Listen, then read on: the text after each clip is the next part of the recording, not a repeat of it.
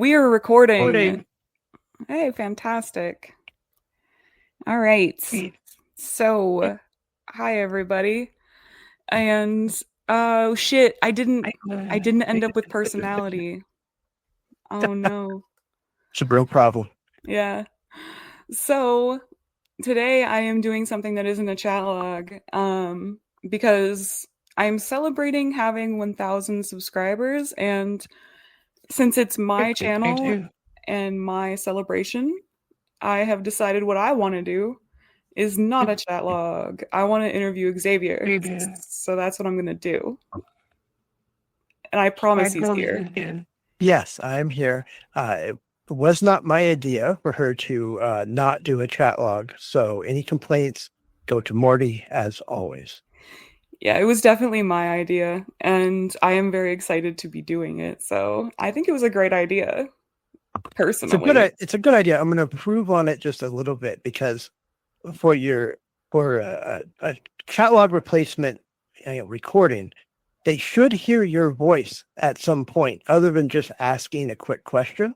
Mm. So we're going to play a little game with it Oh God. where you're going to answer the question first. Now, What? whether or not you know the answer is irrelevant. You're just going to give if you don't have an idea of how to answer it, just give whatever bullshit you can. And then if you're really close, I'll just agree with you. What? So we'll play that game. So we'll go through every question, even the ones that are like you couldn't possibly know the answer to. Yeah. We'll have you give a shot at it, and then we'll see how close you get. I mean, okay. Yeah, I agree. I agree to these terms. Okay, there we go.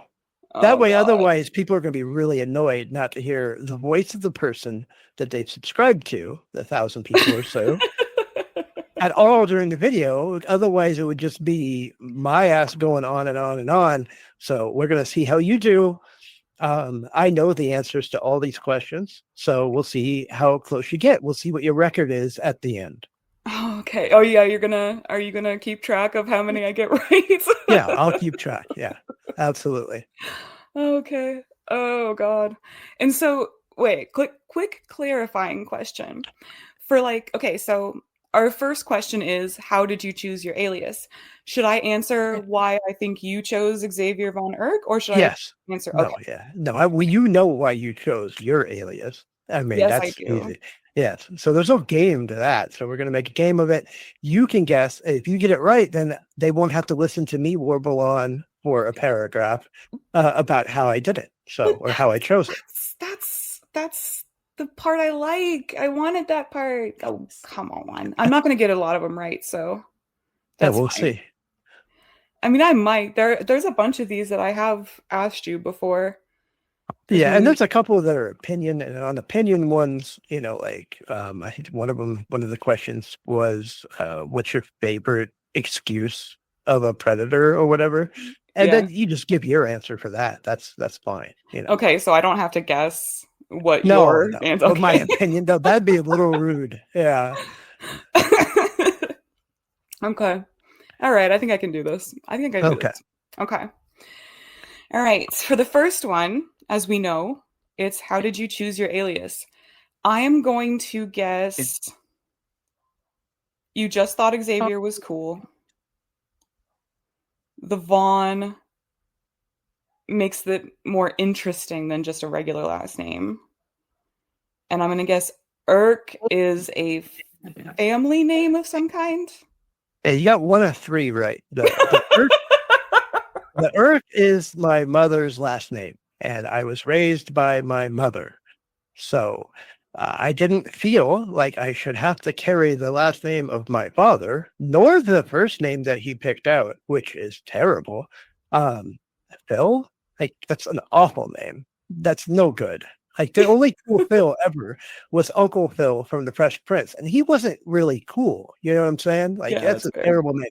Awful name. There's no good Phils.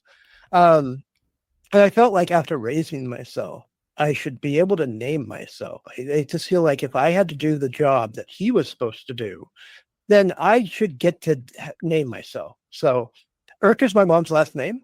Got that right. The Vaughn is actually my great uncle on that side told me a story a long time ago saying that when our ancestors came over during World War I, that they had that in their name and got rid of it because everyone hated Germans at the time. Oh. Rightfully so. So I don't know if that's true, but I believed him. And I told him that when I would change my name, because he told me this when I was a teenager, that I would bring it back. And he was like, "Oh, that's cool. Bring it back." And I'm like, "Okay, I'll bring it back." So that's where the one came from. So supposedly it's legitimate. I don't know if it was or wasn't. I liked the idea of bringing it back, so I did. Um, Xavier is a very cool name. I took it from a guy named Xavier McDaniel who played in the NBA when I was a little kid, and he was a dickhead. He was a goon and enforcer. He would beat up my favorite players. He played for the Seattle Supersonics. I'm a Portland, Oregon kid. I was a Portland Trailblazer fan. I hated this guy, but he was so badass. And the name was so cool. And I was just like, well, I'm going to take his name. So I took his name. So partial credit for that. Yes, I'll take Okay. it. 1.5 points. There you go. Yes. Okay. Next, we have biggest challenge when first starting PJ. I am going to guess knowing that you were super broke at the time because we've talked about it before. I'm going to guess that cost was the biggest challenge.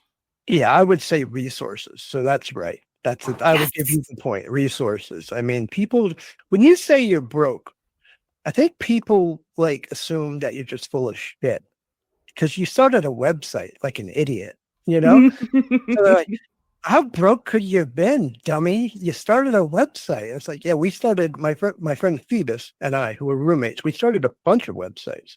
And then this one just kind of like became the one. Um, but yeah, I was broke. I had no bank account, for example. I couldn't have a bank account because Wells Fargo had overdrafted me. I was a stubborn bastard and refused to pay the overdraft fees. So I could not get a bank account until 2006 when we got paid by Dateline. I started the Nice. website in late 2002. So, and when I got a bank account, it was only because I had a really big check from NBC.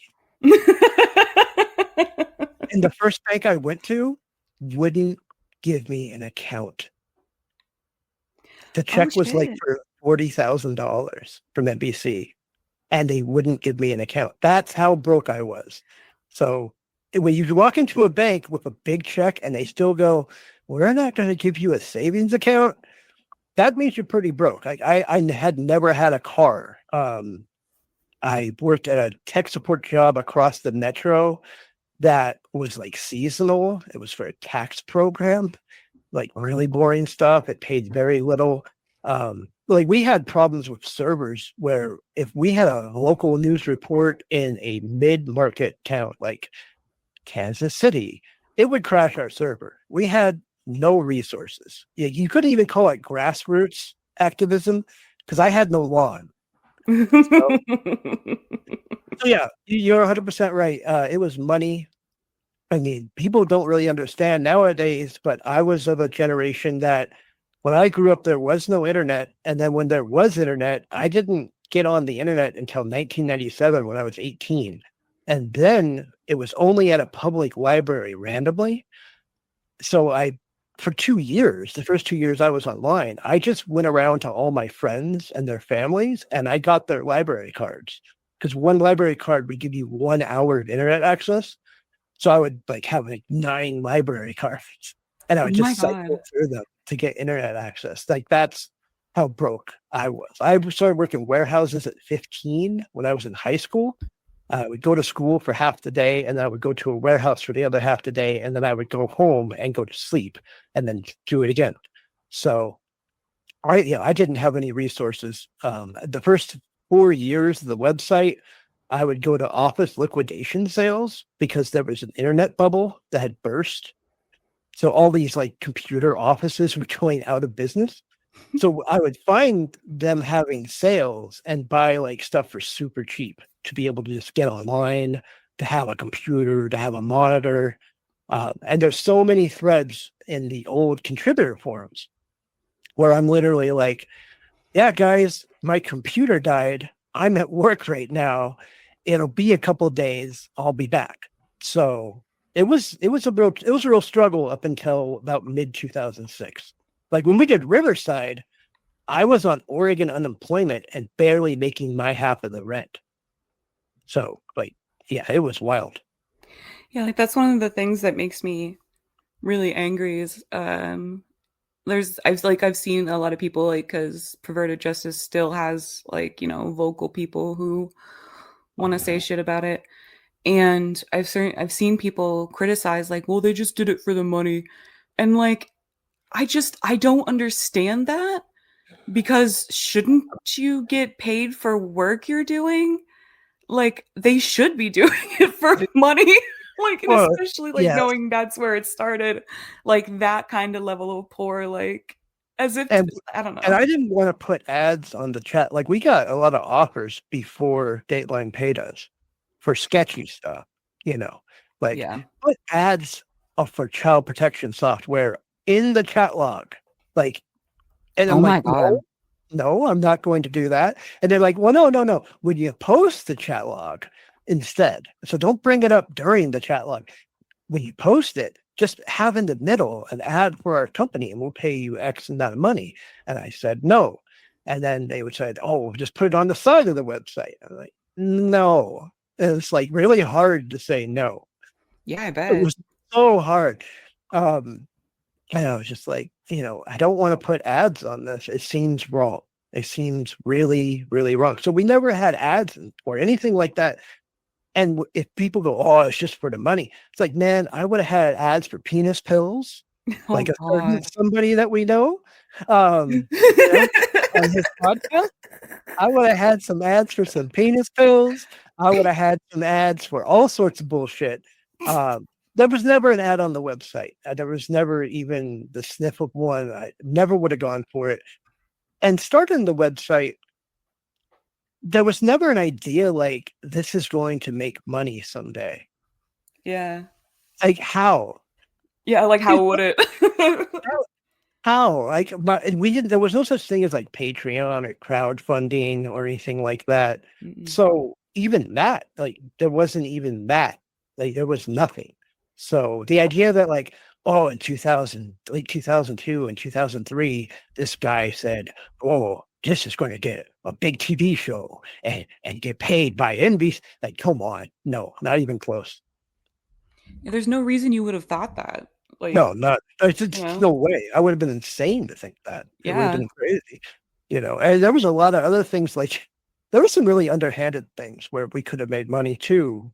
Like back in the day, we used to do the local media stings, and they would like we got so many requests for them. They started like trying to like, oh, we'll give you a operating donation or a consulting fee for it. To you. Don't worry about anything. We'll just give it to you. And I'm like, no, I'm sorry. I can't do Yeah. that. But man, I really wanted to. So yeah, there was no idea that To Catch a Predator would happen and then become what it became and get a contract out of it.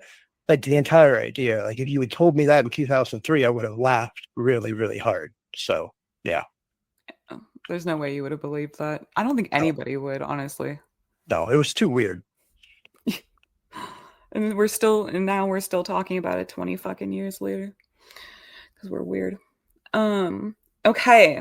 So next, and I do know most of the answer to this one, Excellent.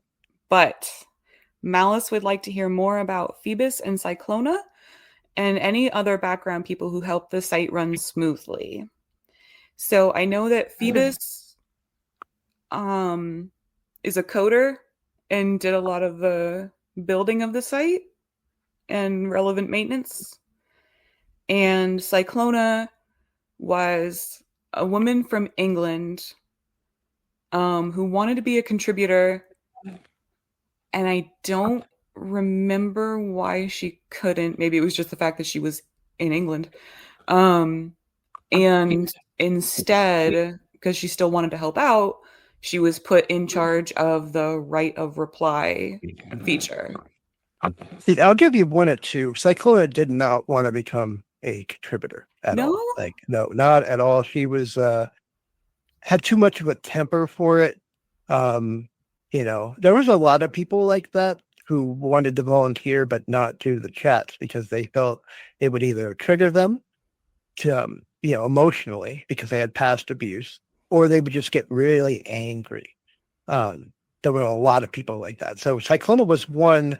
I could list off like 10 to 15 more names of people that, we put into this position or that position who just didn't feel they could do the chats.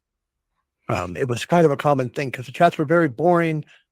You had to sit there and listen to a bunch of bullshit. I mean, I don't have to tell you about that. You've read all of them. So, Yeah. Um, Phoebus was my roommate. I met him in 1998 online in a WCW chat room. We were talking about Monday Nitro in the chat room. Uh, Nerds. Big nerds, big wrestling nerds. We would just realize that we had like basically everything in common in terms of background and opinions. And he wanted to get out of just podunk town in Michigan. I wanted to be able to afford my apartment. So I said, hey, you want to be my roommate? And then he moved out to Portland and we just built websites together. He did the back end stuff. I did the front end stuff because I was okay at that. And I came up with the ideas because that's what I'm okay at overall. Um, he was by far more talented than I was in terms of technical ability and technical knowledge and programming. The backend he built for pervertedjustice.com and our blogs, it holds up to this day. It's Mhm. still one of the better ones I've ever used. And back in the day, I told him, I'm like, you should take this idiot and put it into a package and sell the thing, sell the backend, like for other websites. You'll make some money. But he was just kind of a lazy guy. Like, you know?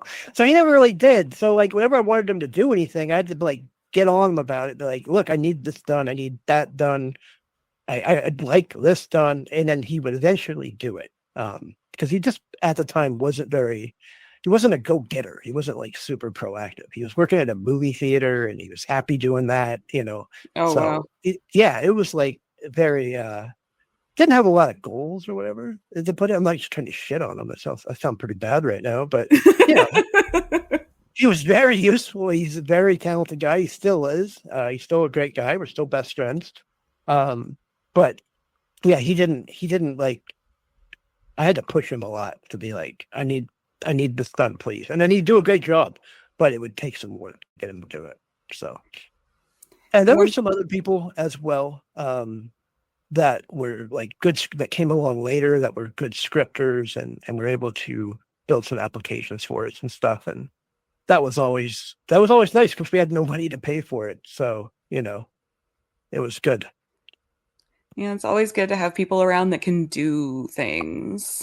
Yeah, I mean that's again as an example of not having resources. Like I did the front end and he did the back end, and because we did it, it was free. Otherwise, it wouldn't have gotten done.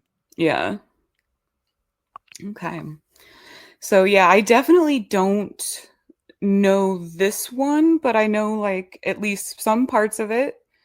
So the next question is, how did you go about vetting people to become decoys and phone verifiers? So as far as decoys, I at least know from what you just said about Cyclona that part of the process was making sure they had the temperament for it. Would assume that making sure they have enough free time would be part of it. Um, and as far as phone verifiers, I would guess that it was mostly about whether they had the right temperament and the right kind of voice. Yeah, for phone verifiers, it was all about the voice. Um, I didn't like do that part because that would have been like I can't.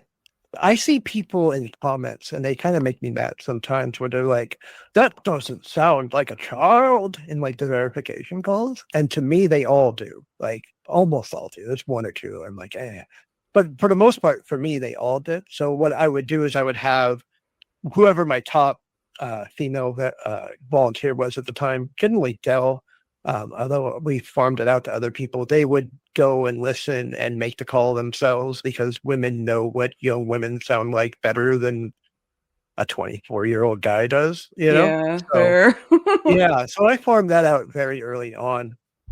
In terms of contributors, 2002, 2003, most of 2004, I would just, have conversations with people. And if I thought they had a brain and were smart and were dedicated, then I would bring them on up until about mid 2004. We started changing it because of all the people that were trying to fuck with us. So instead, we would just evaluate people on the forums and lower level volunteer positions. So content creator, phone verifier, researcher, people that went around and cleaned up, early social networking websites by finding RSOs on them and reporting them. And then we had a giant area where we would list everyone who was around who had any kind of presence. And all the people who were contributors and volunteers, we would all discuss them. And then we would come to a consensus. But like early on, for example, for Dell is a good example, Dell Harvey, I brought her on after seeing her in follow-up. And I said to myself, that person seems intelligent. I had a conversation with her. I just brought her on. So it kind of evolved over the years. But for the most part, it was if I thought they would be okay at it, I brought them on. Makes sense. Yep. So do I get a point for that? Yeah, I mean, look, you're close enough. I mean, Yes. yeah, it was just like who had the time, who had the temperament, who did we think wouldn't try to fuck with us? I mean, Did that's they fair. seem like a legit human being? Some people we brought on because they were married to other people who were already in, or were related to them. We brought on a couple kids of people who were older that wanted to do it as well. But for the most part, you had it right. Yes. Because I'm a genius. Okay. Oh God. Yeah, I'm not going to be able to answer this one, am I? How did you handle predators differently in the pre-conviction era as opposed to the post-conviction era? You can answer this. I know you can. I believe. So I know that in the pre-conviction era, and I guess I should probably just do a quick, there was a point in time like where chat logs evolved to just posting on the internet and then hopefully getting some law enforcement interest to only posting after they were convicted and not posting if they were not convicted. So, and that's the difference between pre-conviction and post-conviction. That's what that means, just for people who don't know. So in pre-conviction era, I mean, first of all, you wouldn't shop it to law enforcement. And you would tell the predator in the chat log that they were being posted to perverted justice. A lot of times I've seen, here's more pictures of me, click this link. And so you would tell the predators. And then when you were shopping it to law enforcement, it became more, you want the predator to show up. And so you can't do that part. And I've seen a few where the predator will get back online even after being arrested. And sometimes the jig is up at that point. But for the most part, you never actually like went and told them, in the logs at least. I know that there were times where you would invite them to groups where contributors were talking, like in a Yahoo group, and you would all yell at them, I think. Yep. Yeah, I think I remember that. So I don't know if that continued post-conviction or not. I hope it did. No, it did not. That's great. It really didn't, because post-conviction, they generally, most of the time, wouldn't come back online. And it also evolved to a point where post conviction, we had a lot of wackadoos, and that's the nice term I'm going to use. So hopefully you're not offended by that. If you have like any sort of like mental illness, I'm not talking about mental illness. I'm talking about wackadoos. I'm talking about weirdos that thought going online and like standing for these guys was a really good idea. Um, so what they would do is the predator would delete their username, and then these wackadoos would re-register it, and then they would like get on the username and then like try to like attack the people that would message them from our site. So we couldn't like pull people into conferences or whatever, and we couldn't really 100% know, is this a predator back on his name, or is this a friggin' wackadoo who has re-registered the name and is trying to like spread their propaganda about us to people who message. You understand Yeah. what I mean? Yeah. Yeah, I've seen that in there's one or two of the follow-ups where you've sent along someone hijacking the username and using it to defend a child predator.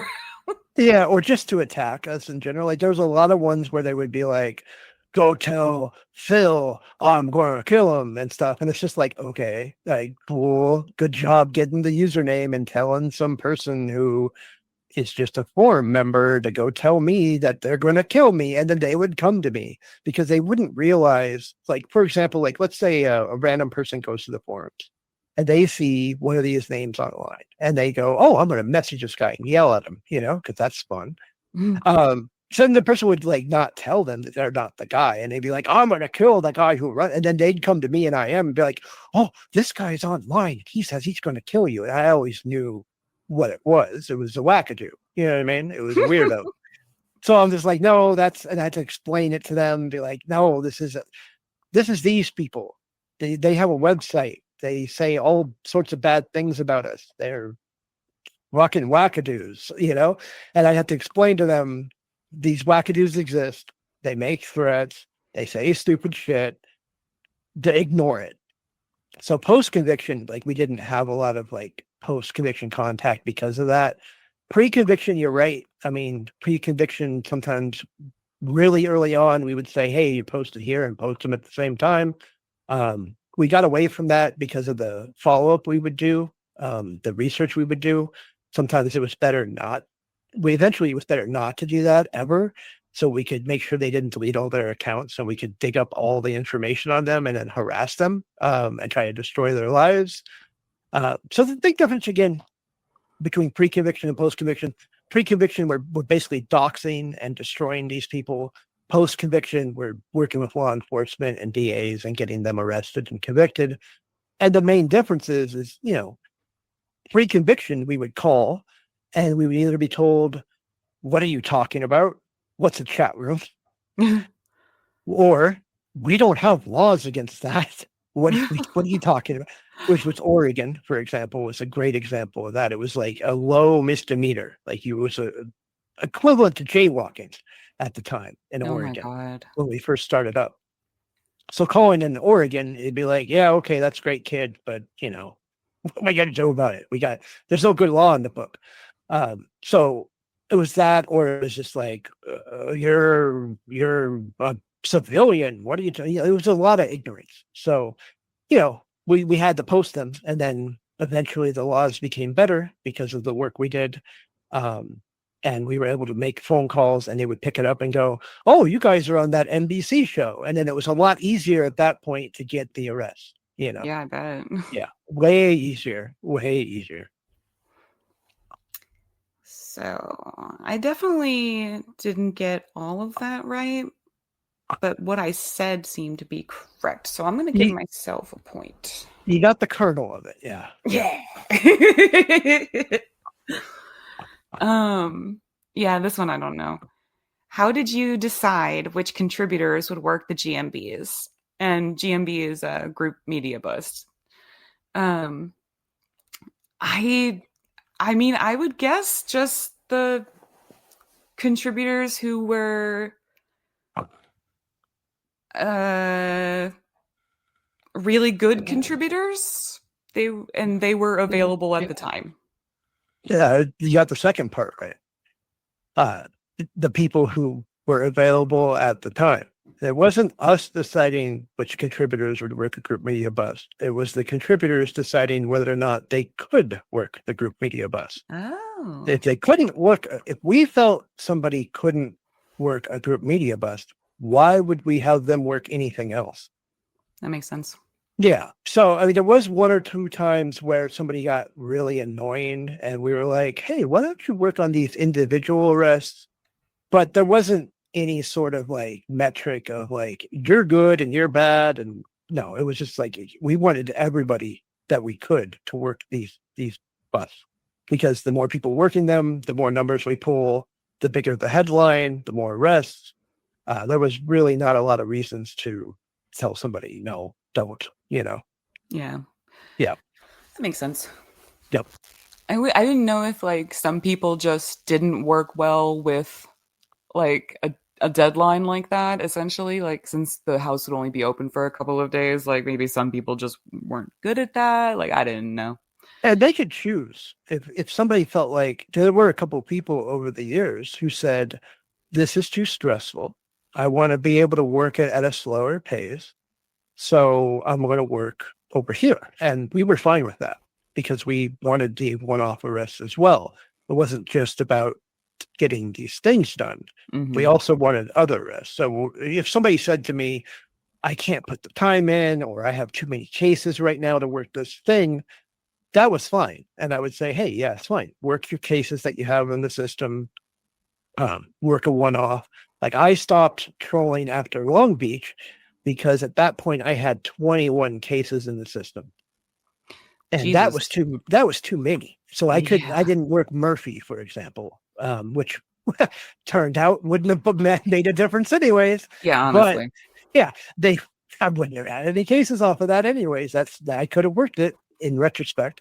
Um, but you know, if it had gone the way it should have gone, then obviously, whenever somebody got too overloaded with cases, we were like, hey, that's fine. You know, just mod the forums or help us evaluate people and chill out for a while. And that was always fine. Cool. Okay. I have absolutely no idea how to answer this one, but I'm interested to know the answer. So, what is the percentage of guys talked to versus how many actually show up? And so, for this one, I'm going to say 1 in 10 would show up versus how many were talked to. So here's the thing for anyone who listens to this and is wondering if I'm just being nice to Morticia or not. I wrote down the outline of my answers to these questions ahead of time so I would know the correct answer because I'm old and memory goes. So here's verbatim what I wrote. This varies so greatly that there's no solid great answer. I would say that if you put a 10x multiplier on the number that showed up versus the number we talked to, you'd be probably ballpark. And that would be 1 in 10. So golf Yes. clap, nice job. Very Yes. good. Like, for example, in Petaluma, I had 7 show up. I think I talked to between 70 and 80, probably, maybe a little more, maybe a little less. But 10x multiplier, you're in the ballpark. Yeah, I just did some quick math knowing that because Tyrone played the 11-year-old in I don't even remember which sting it was. But she played the 11-year-old and it was a MySpace ad. And I remember reading somewhere it was either in the forums or maybe in the write up, I don't remember. But she chatted with she had like roughly 210 responses to it, to the ad that she posted on MySpace, and I know that 2 showed up at the house. So I just did, you know, I was like, is that like that's like that can't be the way it always is. Like it can't be like each person has to like ends up talking to 200 plus people each time. Like that has to be a an outlier. That's an outlier. Yeah. Yeah. Yeah, so I 100% was like, outlier. I was like, otherwise, like it wouldn't have been noteworthy. So I bet it was about. And I'm counting real people to be specific. I'm counting real people. Now, if I started counting, bots and people from India, especially Oh dudes yeah, from India, I'm sorry, people who maybe have an Indian descent or of that ethnicity. I love your food. I love your movies. I love your cricket teams. But back then, half the guys we'd have contact us were literally from India. So it is what it is. It's just facts. yeah. So I remember and that from being in chat rooms too. exactly. So I'm Yeah, discounting those people. If you count those people, yeah, the number goes way above 10x. 10x for me is real people in America who aren't bots. yeah. I never know exactly in the chat logs where the decoys say sorry for the delay. I was like getting hit with bots. I never know if that's always true or if they're just like busy with somebody else. And I'm guessing it's probably both at different times. But I Or they're can't. doing a lookup on them. Yeah, I don't because I don't remember how bad the bots were. I didn't end up The having to bots talk were to a lot. Oh, the bots were terrible. Like the bots were everywhere. The bots were, and they weren't good bots like today, where you could actually have a conversation. Yeah, they no, the ones that I do remember were so Oh God, obviously spam. so obviously spam. Just the worst kind of bot. You couldn't have a real conversation. Once after a while, around 2010, they started to get a little better.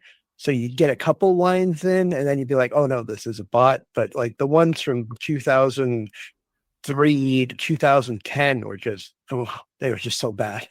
Do you remember the proto chat GPT smarter child? Yeah, yeah, I do. I used to Yeah, spend so long talking to smarter child and like that was not I mean by today's standards that was a terrible bot, but at the time it like blew my mind. I was yeah, it like was this okay for thing back in the day. yeah, for 2003 or whatever it was great. Okay, so yeah, I I don't think I know this one, but we're gonna try.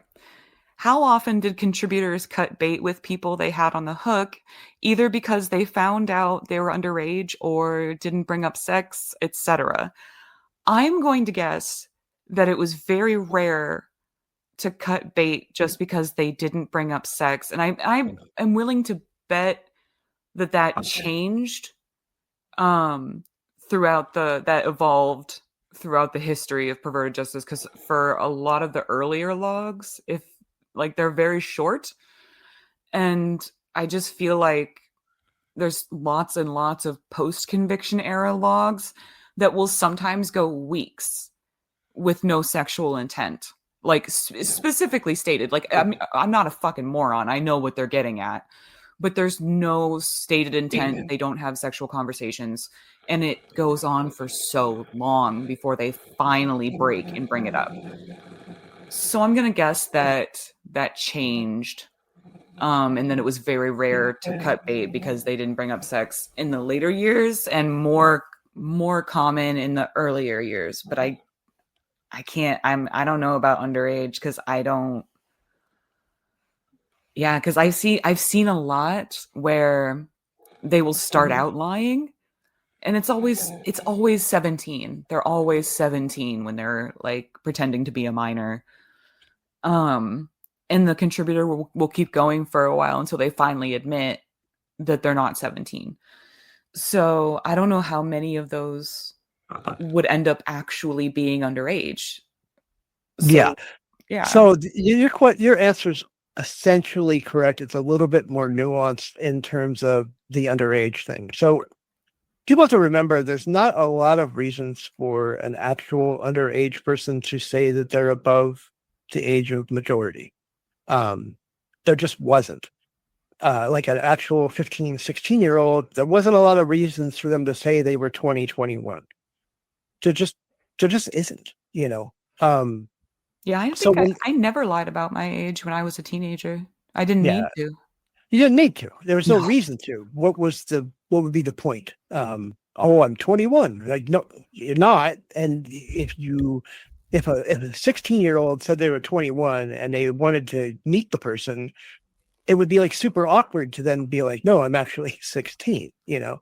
So Hmm. that was not like a real thing. So like the question itself, like how often did contributors cut bait with people they had on the hook, either because they found out they were underage, that didn't really exist.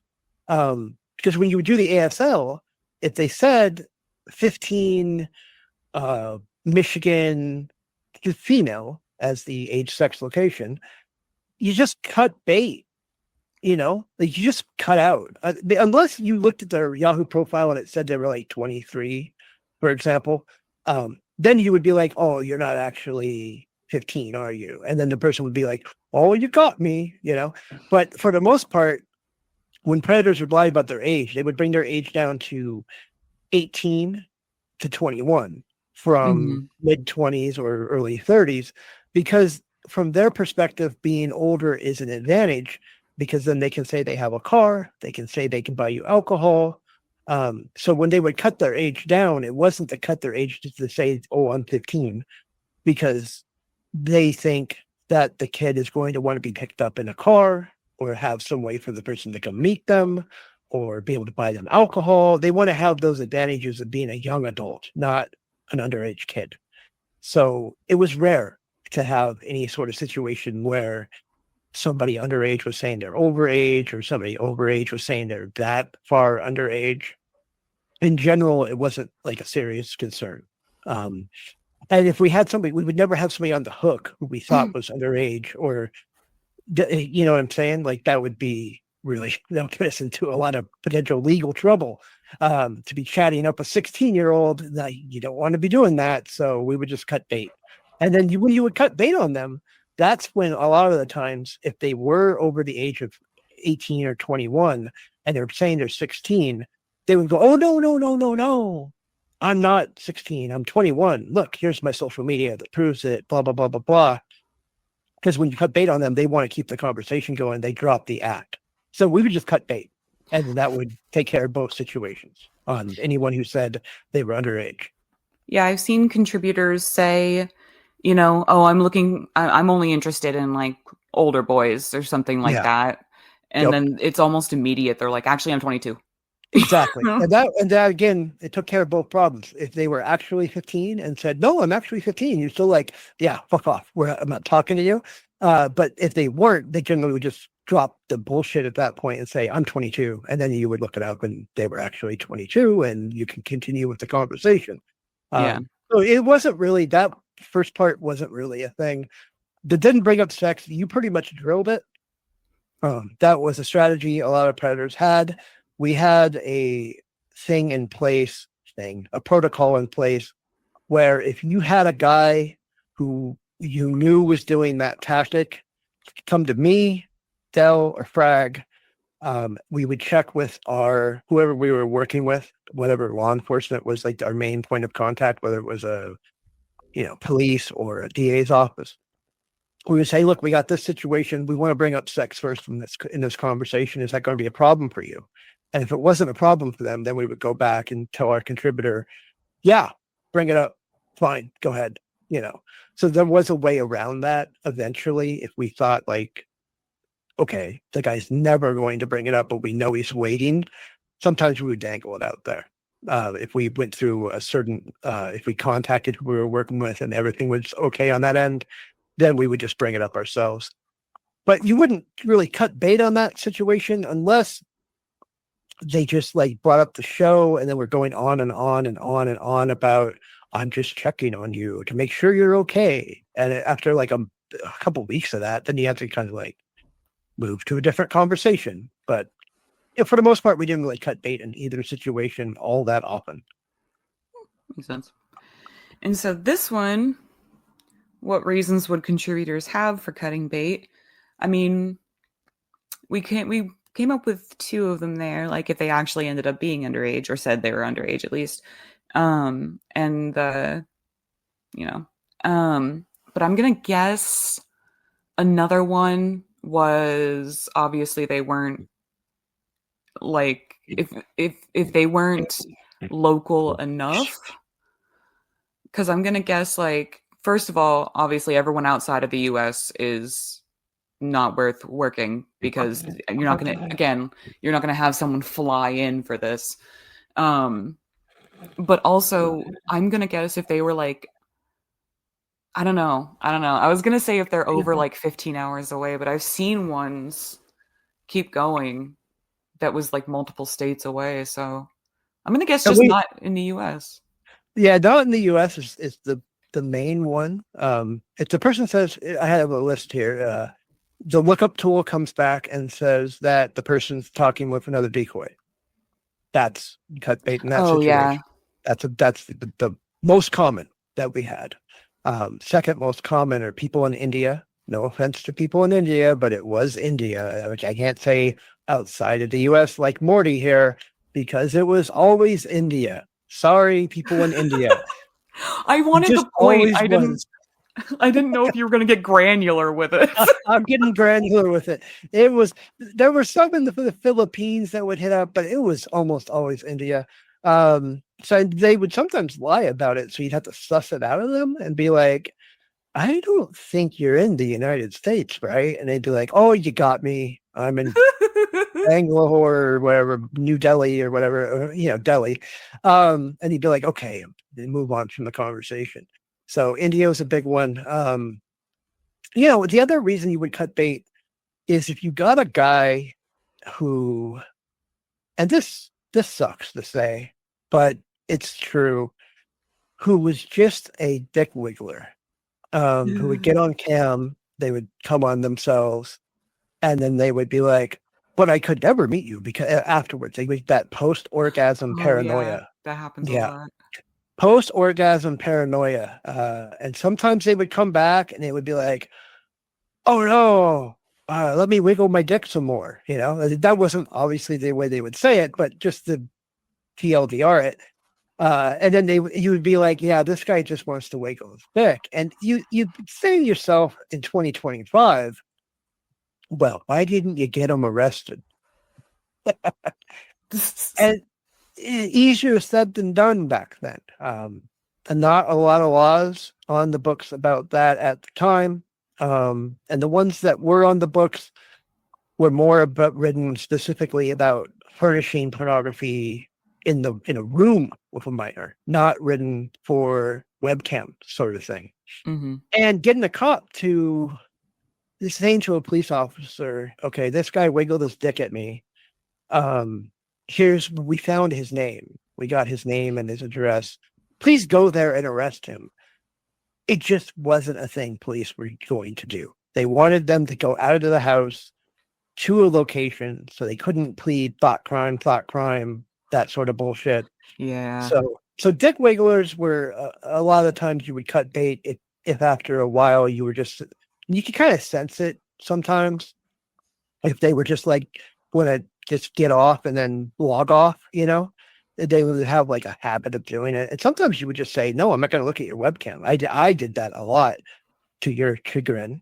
I would just be like, "No, I'm not going to do that," because I didn't want a bunch of dick wigglers who were just going to log off. I wanted guys to come to the house and get arrested or fuck off and leave me alone so I could talk to guys that would come to the house and get arrested. So we had a lot of latitude in letting people cut bait if they thought the person was just going to wiggle dick.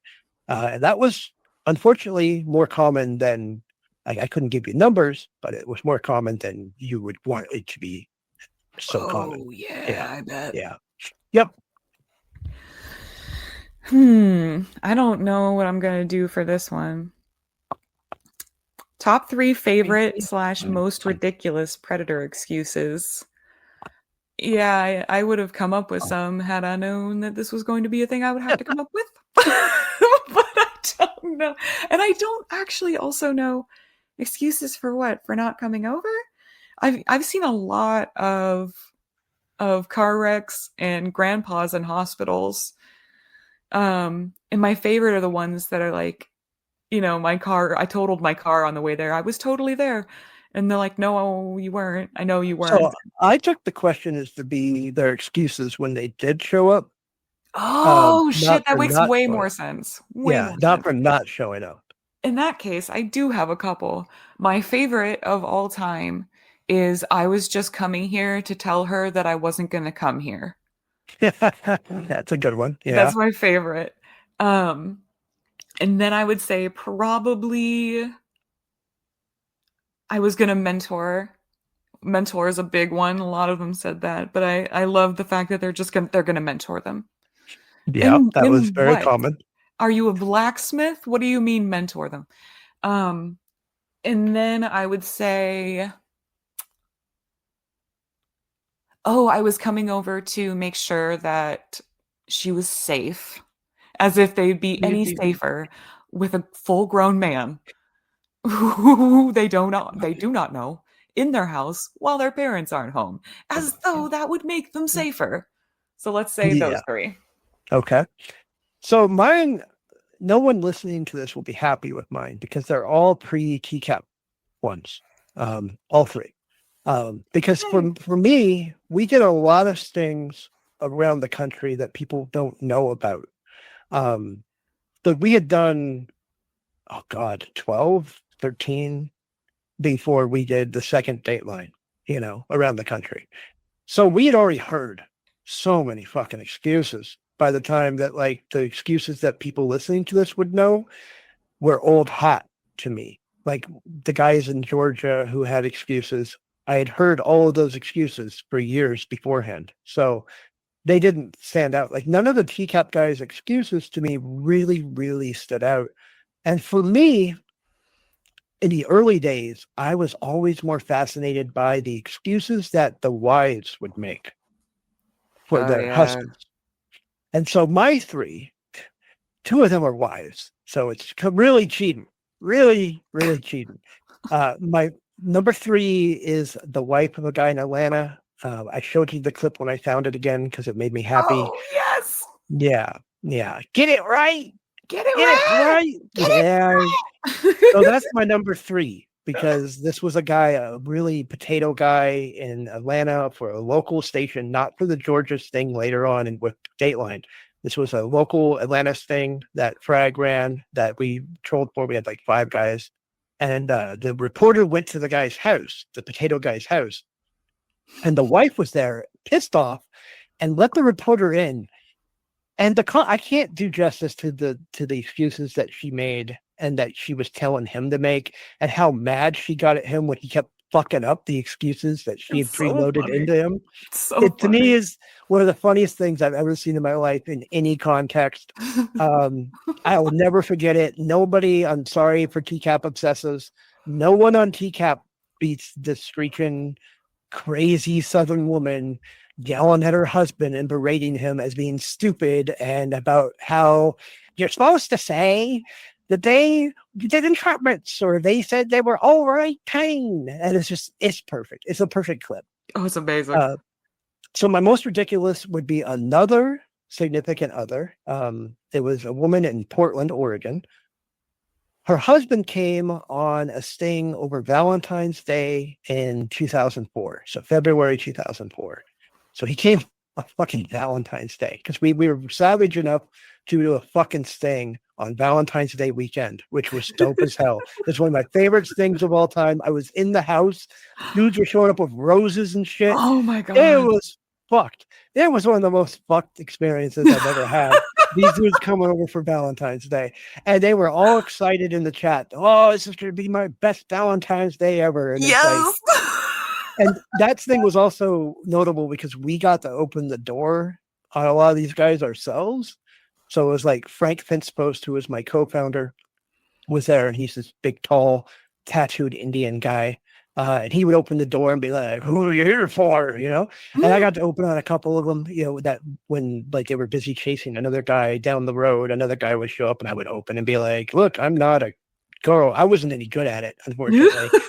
I was terrible at it." So, anyways, this guy comes and he's in the military, and he's got a young, attractive, very deluded, very religious young woman at his home. And the reporter went to his home later on, and because they wanted to be on TV and explain away why he had done this.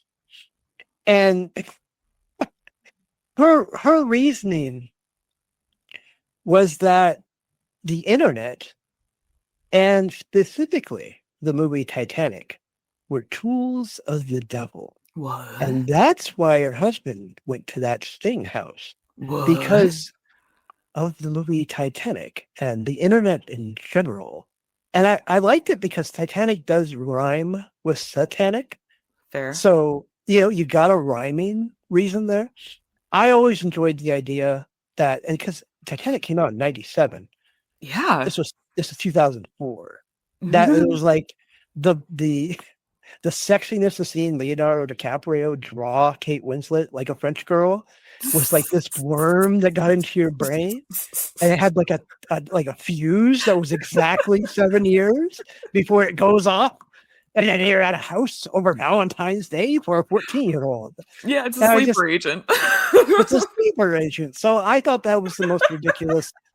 I know the devil, Old Scratch, works in mysterious ways Yeah. according to the religious. I think that's very mysterious. I think that's not efficient, and the devil should do a better job. So, Mhm. yeah, that was the most ridiculous. She was so earnest about it. I don't believe it was an act. I don't think if you were doing an act, you would come up with an excuse that is so bad.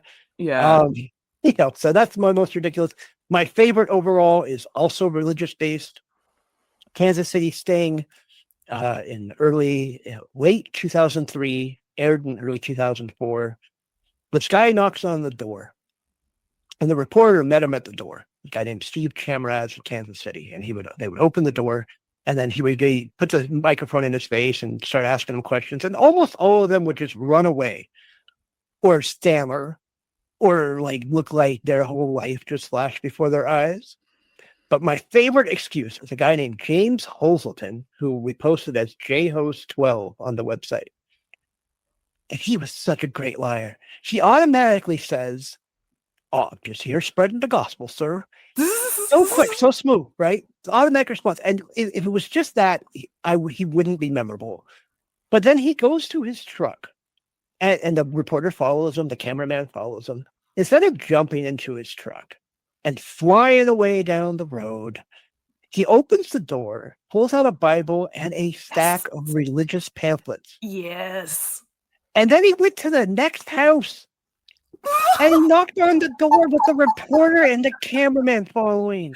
And he has a conversation with the homeowner going, "I was just in the neighborhood. I'm spreading the word of the Lord. Here we go to my church." And he gives him a pamphlet. And the reporter's asking him, "You had this chat. Here's your picture. You talked to a 14-year-old, and he's carrying on with this fucking act like he's actually in the neighborhood to give out religious pamphlets and to like spread the word of Jesus." And the reporter's standing there with the camera guy. It had to be the most surreal thing to open the door and there's a guy here, a reporter and a cameraman off to the side, and he's talking to you about the Lord. And the reporter's like, "So you know she was 14." And the idea of the person opening the door and seeing that scene makes that my favorite. The guy was so smooth, so impromptu, just it was awesome. And then to cap it off, the news guys they went and talked to his pastor, and the pastor wasn't pleased Yeah, I at bet. all. And the pastor had a line that I always remembered, even now that I'm older and my brain's addled. I'll never forget it.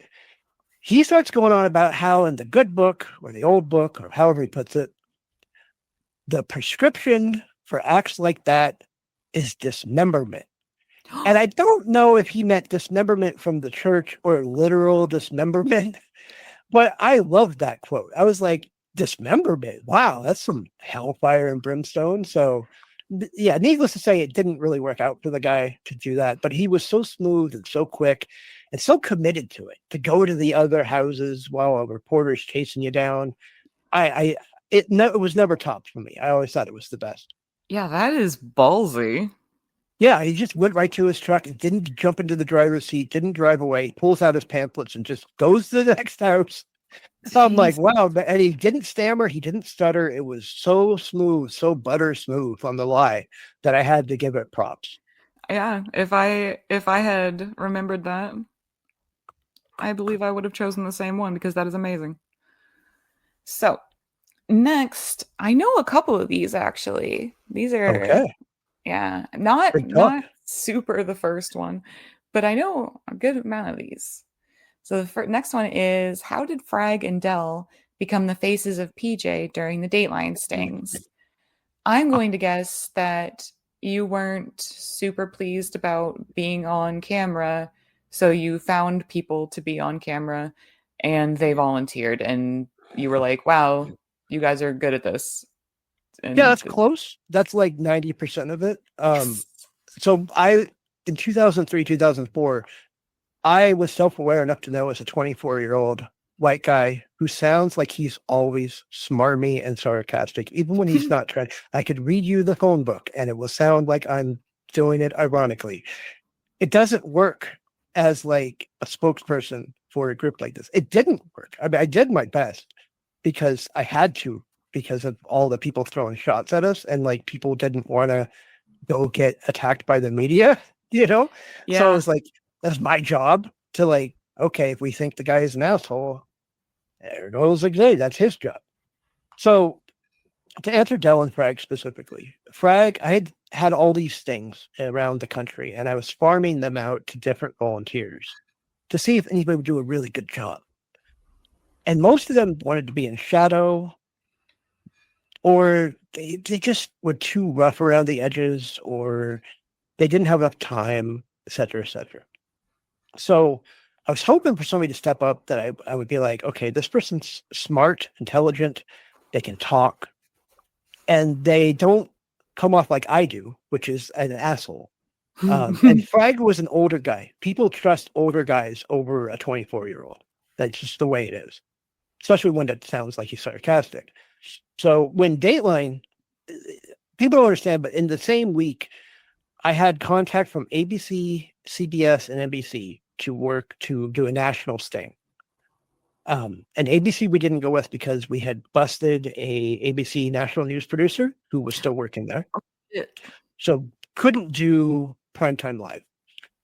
CBS didn't work because they offered 60 minutes too, and I wasn't no 60 minutes too guy. Like, we're going to do this thing, we're going to do it top level. That's just the way it is. Now, if they said 60 minutes, it would have been a whole different history. And then NBC contacted with Dateline NBC, and I said, okay, even though they blew up a truck and lied about it back in the 90s, we'll do Dateline because my other two options are either a no-go because I couldn't do ABC at all. Like, we had like gotten a big war with ABC News over this producer. So the fact that their producers were like, I think it was Primetime Live. It might have been their other. No, it's Primetime Live. They didn't know about this other guy that we had gone to, because I'm telling you right now, the thing with the ABC national news producer, we were flooding their message board. They were banning us. They had set up these filters to try to keep any talk of it off of their forums and stuff. And Oh like my their God. producers were like talking shit to people who would call and be like, "Hey, this guy works here," and they would freak out at us on the phone. Like, it was totally unprofessional. And then they wrote a negative article about us and didn't mention that whole thing. They just wrote like this hit piece on us as well. And they didn't even mention this. So ABC was a no go. CBS 60 Minutes too. I'm too arrogant. I'm not doing 60 Minutes too. So we do Dateline. So, anyways, I don't have like a large roster of people to pick from. Frag's basically my right hand at that point. Like, he's like my lieutenant. And he had done the Atlantis thing that we had talked about before, which was a local Atlantis thing. He did a good job on it. He wasn't great on camera, but he was an older guy. I didn't think he'd be on camera that much. So I was like, Frag, handle the Dateline thing for me. Report to me on every bit of it while we negotiate. If it doesn't look like it's going to, be worthwhile, we just won't do it. Yeah, it was worthwhile. We Frag and I talked to the producers. Everything seemed on the up and up. So I sent Frag. Um, I could have sent myself, but I I would have been so worthless there. Like, when I was in the Portland house, everything I did during things was to coordinate everything and work with the contributors and give them lines and help them with situations and try to schedule things. In a house, you can't. It's not as easy to do. So I sent Frag. When Frag gets there in New York, in Bethpage, New York, they're like, "Hey, do you have any verifiers around?" And Frag called me up And I said, well, let's do Dell. She can do male and female. So, you know, we can do both with Dell. And so I talked to Dell. Dell said, yeah, she'll drive up. She drove up. That's literally why it was Frag and Dell. They did a good job with the first one. I didn't want to do it. So they did the second one. They did a good job with the second one. And by that point, why would you send anyone else at that point? Like, why? Yeah. And for me, thank God. Oh my God. So I'm hanging out with Dell in 2006 in California. And we're walking across the road to a Mexican place. And I didn't know. I knew the show was watched by a lot of people, but I didn't know how many people. And this group of young people come running across the street to where Dell and I are just walking around. And they're like, you're that girl from the show. And they start peppering her with questions. And I'm just standing there thinking to myself, oh, thank fucking God. Thank God that's not you. Thank God. Oh my God, it's terrible. I was like, and Dell's looking at me and she's like, she Stella and I were friends at the time. And she knew how I felt about people. And so she tried to go, well, this guy over, and I'm like, I don't know who this person is. And I just kept walking. Just let Dell deal with that. I didn't want to deal with the people. I was recognized in public one time, right? I'm in line for a plane back to Portland. And this guy is behind me and he like taps me on the shoulder and he goes, hey, I think I saw you on TV because I did a bunch of TV interviews and stuff. And I was like, oh, I don't think so. You probably haven't. He's like, no, you were on the local Channel 12 News and you were talking. I was like, oh, yeah, that's me. And it was so awkward. Like, I can't imagine. It was so awkward. I'll never bother an actual celebrity because I was standing there, but I'm like, yeah. And I'm in line we're in line to get on the plane. And thank God I had a business class ticket. Because he goes, oh, I'd love to talk to you all about that with you. This plane's only sold so much. You want to sit next to each other. Jesus. So I'm just like, oh, I'm in business class, you know? And then he was like, oh, well, oh. And it's just, he wasn't a bad guy. Like, I don't think he was a bad human being, but I can't even imagine the shit that Dell and Frag, to a lesser extent, went through at airports in that day, or going like when I was just walking around Dell trying to go to a Mexican restaurant. You know, who wants to deal with that bullshit? I mean, some people might. I don't. I didn't. That sounds So awful to me.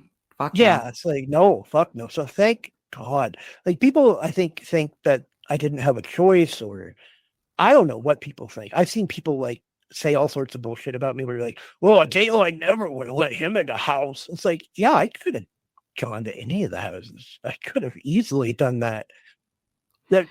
Why? And plus, my function outside of the house was so much more important because when Dateline's producers go to Frag and Dell and they say, hey, we want to have the decoy get in the hot tub, or hey, this lawyer's here and he's going to tell us who can come to the house or not, then Frag and Dell could say, well, that's not up to us.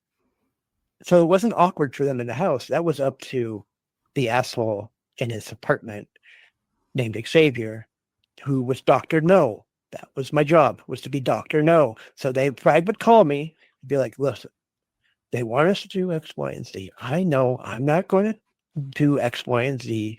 Just tell me to tell them that they're not allowed to do X, Y, and Z, and we're not going to go along with it. And I would say, Frag, no. And he would say, great, hang up the phone, and he would go tell the Dateline producers, no, you know, Xavier. He's such an asshole. Can't I believe tried. this. He's such an asshole. You know everything everybody's written about the guy. We would love to help you. But he said no. So, you know, and that was, if I was in the house, it would have been fireworks. Yeah, Outside of the house, I could just say no. And no stood. And when I threatened a couple times to pull a plug on a sting, it was less awkward because I wasn't in the house and they couldn't be mad at Frag and Dell about it. And then they just went along with what I wanted. So it was more useful to be outside of the house. sounds like it. Yep. Okay. And so you did kind of answer this one, but I did already know this one because we've talked about it before. Why was there such a push to get a Predator in the hot tub in Petaluma? That was all Dateline. Yeah, Dateline was big on that. You know, even if Dateline hadn't been big on it, we would have tried anyways because there's a hot tub in the house. Like when the guy showed up naked, that wasn't Dateline asking for that. No. That was our contributors saying, "Do you think we could get a guy to take his clothes off?" And then we were like, "I don't know." And then we did twice.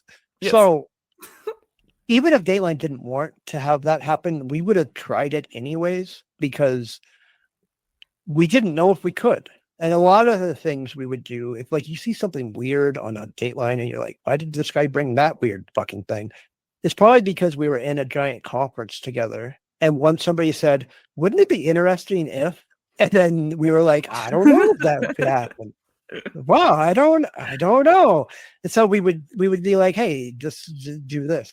There was one point, and should I tell this story? Yes. Um, it's been long enough. So there's a guy who ran the guy who ran corruptedjustice.com. His name was Scott. He lived in Canada. And we didn't like him because he told a lot of lies about us.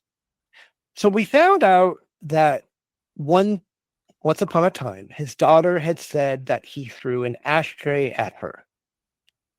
And we were always like, we attacked him over it because we attacked him and he and his weirdos, wackadoos would attack us. And so I don't know who did it. It might have been me. It might have been somebody else, but I was me. I went to the contributors and I said, listen, for this week, because we were doing a full sting, we were just like working around the country. Your kid had an ashtray thrown at him. That's your backstory. Work it Oh in my god. somehow. One of your parents threw an ashtray at you. Put it into the friggin' chat because I wanted to post convictions where this asshole I didn't like and that we all hated would read our chat log and see that we put that in there just to tweak them. So if you see something weird or you're like in a chat and you're like, oh, that's kind of a weird thing to bring up. Sometimes it was just us in a room spitballing, hey, let's throw this into a chat. So that's some like the hot tub thing, for example, we would have tried it anyways. I guarantee you. Yeah, didn't Dateline want the Predator to get in the hot tub with the decoy? Yeah, that was a Yeah, no. you That guys was an wouldn't have done absolute that. no. Dell shut. They didn't even get to me on that one, if I recall correctly. I think Dell just shut that down herself. And then she told us about it later, and I was just like, "What the fuck?" You know, because like, come on, Yeah. that's ridiculous. We just wanted a guy to get into it of his own volition, Yeah, not with that a would be fucking decoy there. yeah, that's funny. Like with the decoy Yeah, is dangerous. very dangerous. Never would have gone for that. That like the fact that Dell had to shoot that down is an example that people kind of have it flipped sometimes when it comes to the Dateline perverted justice relationship. A lot of the times we were the adults in the room because, you know, a lot of these Dateline producers were from money or they're from a background where they didn't really get that you couldn't have a young actress get into a hot tub and have an old creepy guy get in. Yeah. How they didn't get that, I don't know, but they didn't get it. So and there were other times with that sort of thing where we just had to be like, no, we're not doing that. So It's ridiculous that you guys had to say no to that. It's fucking ridiculous. And so it's kind of the same answer for the next one, which is why did you choose to play so many black decoys? And I know that Dateline asked for, I'm sure, I think they specified a certain age, like 13, 14, or no older than 14. And white is what they yeah. wanted their decoys to Well, be. they didn't. To be fair to them, they didn't say white. You don't go that blunt about it. What they said was, we want all the decoy profiles you use to match the actress we've hired. Ah, yes. Yeah, that's how you do it. And the actress they hired was, I think, I don't remember the exact one for Georgia, but it was what you would expect them to hire. And we're in Georgia, you know, like, come on, demographics. Let's think Yeah. about it. So yeah, the question itself is incorrect. I only played a black decoy one time, once. Natasha. Georgia. Yeah, Natasha. I played Filipina when we got to Northern California. Hmm. I played two white kids two times before. So there was this. I've seen it on either Temple or like one of the Reddits where they're like, "Oh, he just like playing black girls." It's like, what are you talking about? Like I did it one time, and it was because I was told, "Hey, we'd like you to play under 15." And we'd like you to match the decoy. And they said that to all of us. And I said, I'm going to play a 15-year-old black kid. Because And if you've been listening to this interview so far, you've picked up how Xavier is. So of you course know, that's exactly what he did. that's what I did. And I played a 15-year-old black kid. And I said to the contributors, look what I did. You can play any kid you want. Just don't listen to anyone that tells you what you can do to not play a certain type of kid. We want to play every type of kid. That was one of my big bugaboos back then. I went on about it all the time. I wanted to play every type of kid. Well, the kids that are home alone, kids that are have been abused, kids that haven't been abused, kids that are just forward, every type of kid, because it didn't make any sense to play. Dayline wanted us, just to be blunt about it, Dayline wanted us to play the 13-year-old blonde princess every fucking time. That's what they would have wanted. 13-year-old blonde princess, please. Plays with the Barbies. Plays better in middle America. No, that's how I played a 15-year-old black kid, only for that reason. And also because it was Georgia. And it's like, demographics. Look at the demographics sometimes. There's black people in Georgia. I don't know if anyone knows that, but there are black Right. people in Georgia. It's So shocking to everyone, I'm sure. yeah, it wasn't some fetish thing. It wasn't some weird mental hang up. It was sticking a thumb in Dateline's eye and being realistic.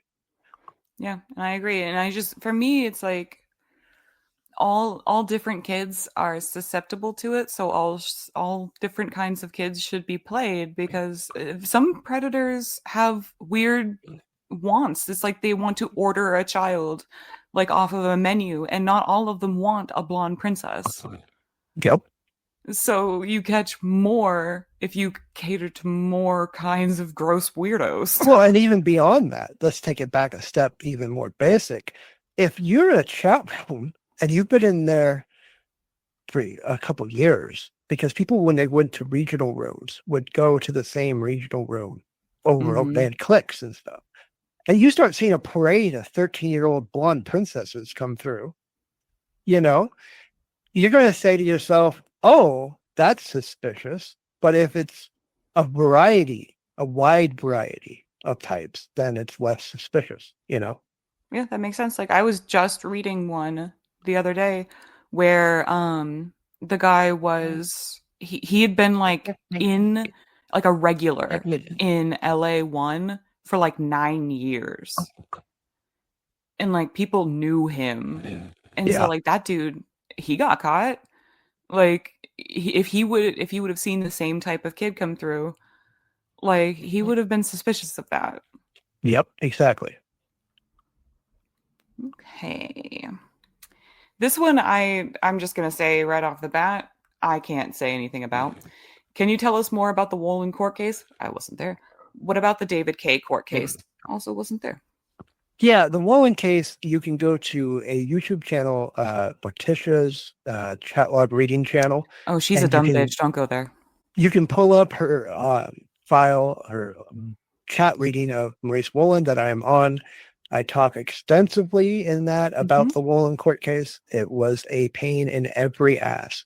It was a pain in asses I don't own. It was a pain in imaginary donkeys that I don't own. It was a pain in the ass. I go extensively into it in there. Um, I would have to be asked a specific question about anything that I didn't cover in there. I covered a lot. So watch that one. Also, it's like the second most watched video on your channel. Yep. So help me get ahead of Yazen as for, please, by clicking on that file instead. Thank you. As for David K, that case, there's not a lot to talk about. There is and there isn't. But I'm not going to go too much on about it because I will in the future on my own channel when I do the next part of my Herndon video. The case itself was pretty easy because it was a federal case. So the only thing I really say about it is because it was a federal case, it was like, it's a good analogy. It's like driving a race car versus driving an old Buick.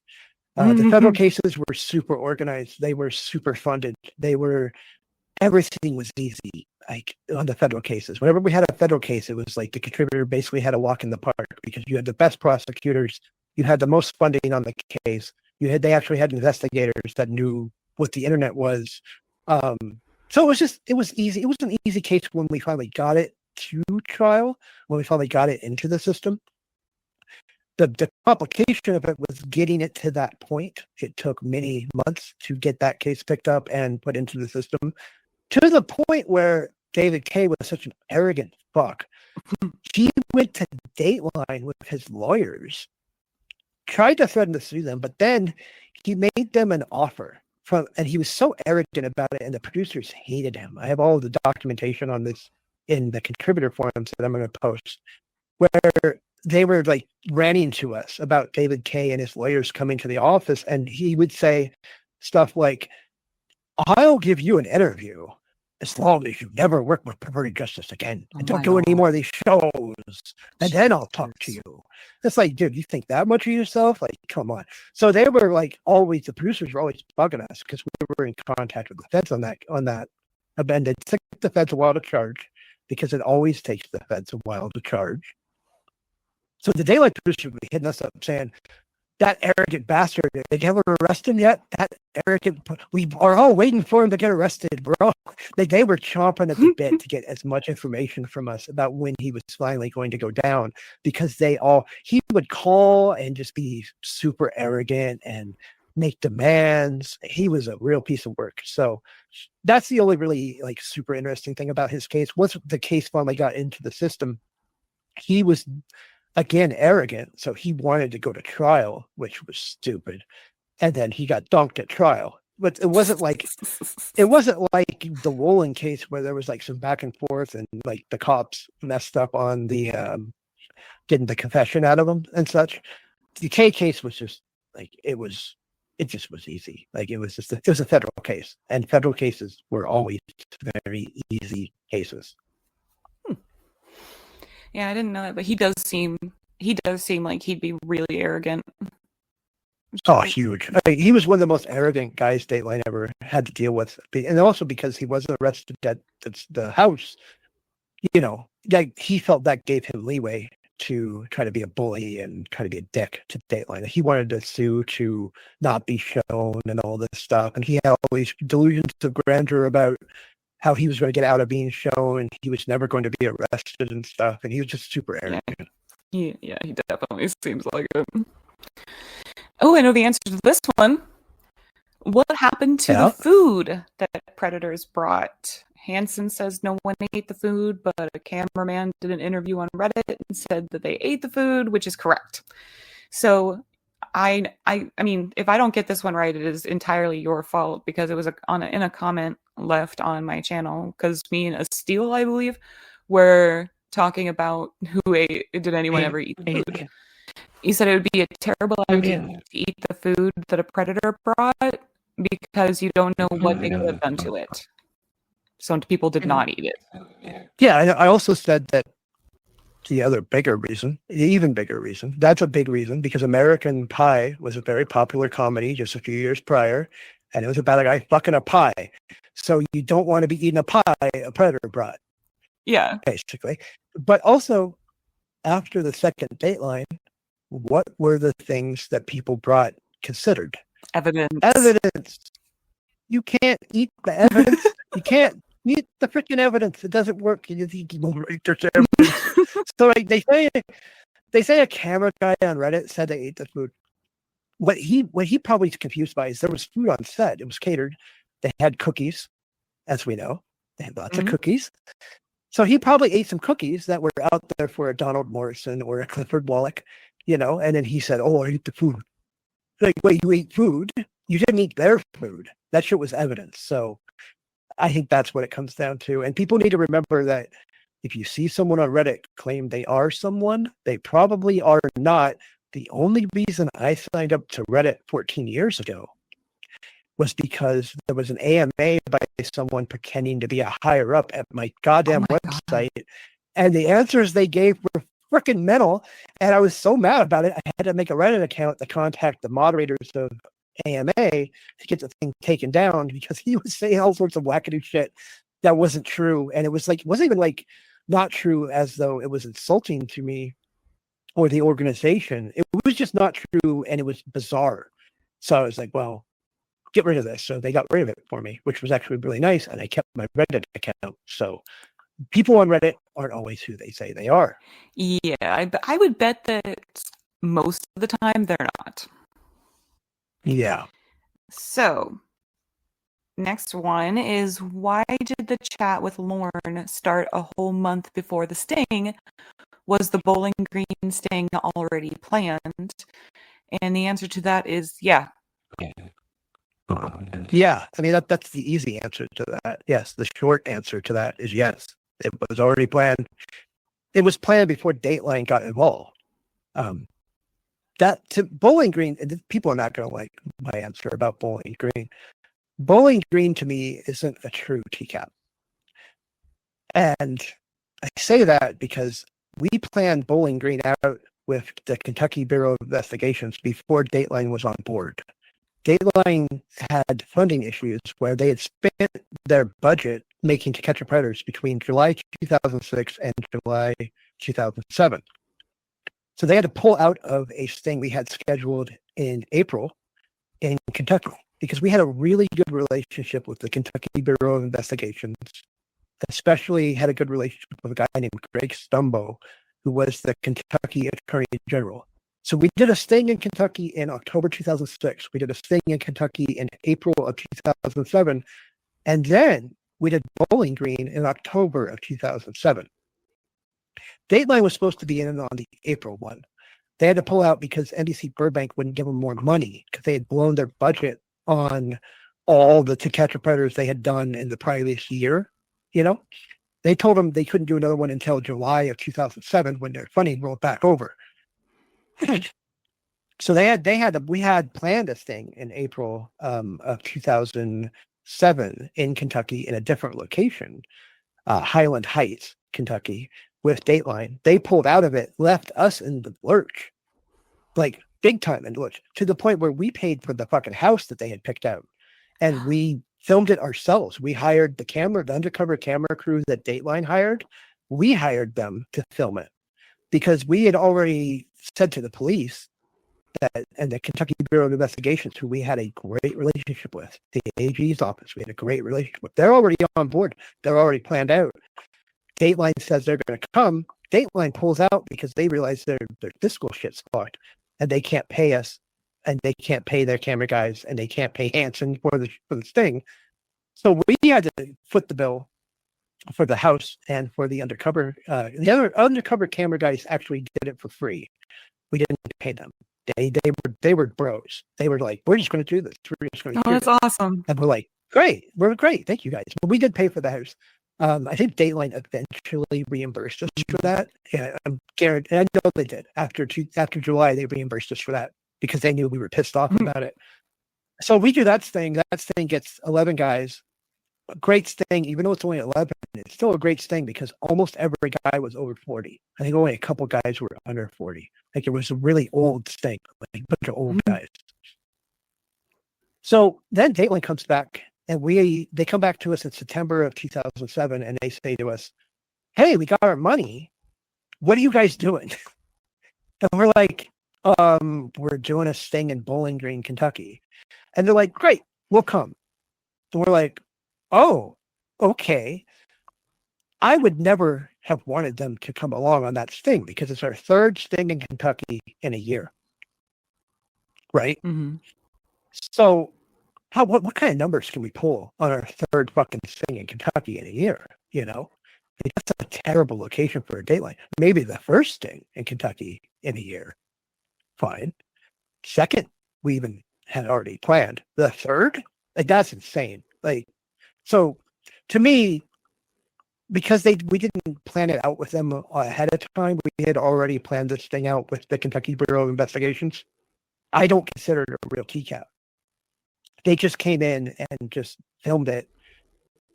It wasn't like a planning phase thing. I would have said, let's do a bigger town. Let's do a town we haven't done or an area we haven't done two stings in the last year. So that's why the chat with Lauren is so long. Because when we did things without Dateline, we usually had a lot longer ahead of time where the contributors knew we were going to do these things. The Dateline ones were usually planned more haphazardly, I would say. Like they were more close to, like, we would find out a month ahead of time that we're going to do this thing, and then 3 weeks at a time we would have a location, you know.